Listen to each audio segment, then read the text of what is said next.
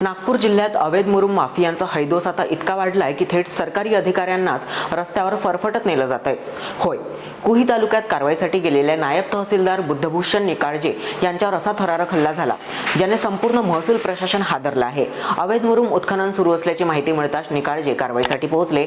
JCB थांबवण्याचा प्रयत्न केला, पण माफियांना कायद्याची भीती तर उरलेलीच नव्हती। जेसीबी चालकाने थेट अधिकाऱ्यांनाच वाहनाला लटकलेल्या अवस्थेत 3 ते 4 किलोमीटर फरफटत नेलं।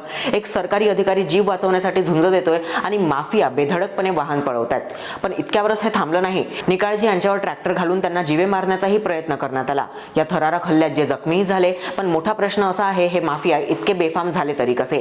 स्थानिक पातळीवर महसूल विभागातील काही अधिकारी आणि कर्मचाऱ्यांच्या संगनमतामुळेच या माफियांचं मनोबल वाढल्याची जोरदार चर्चा आहे। आणि ही काही पहिली घटना नाही।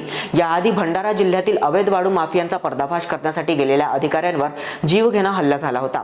तेव्हाही सुरक्षेचा मुद्दा गाजला, आश्वासन दिली गेली, पण कारवाई काय झालं तर झालीच नाही। आता प्रश्न थेट महसूल मंत्री चंद्रशेखर बावनकुळे यांच्यावर उपस्थित होतोय।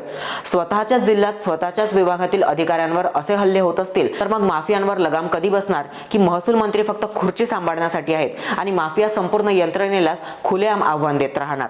तुम्हाला काय वाटतं? कॉमेंटमध्ये नक्की सांगा।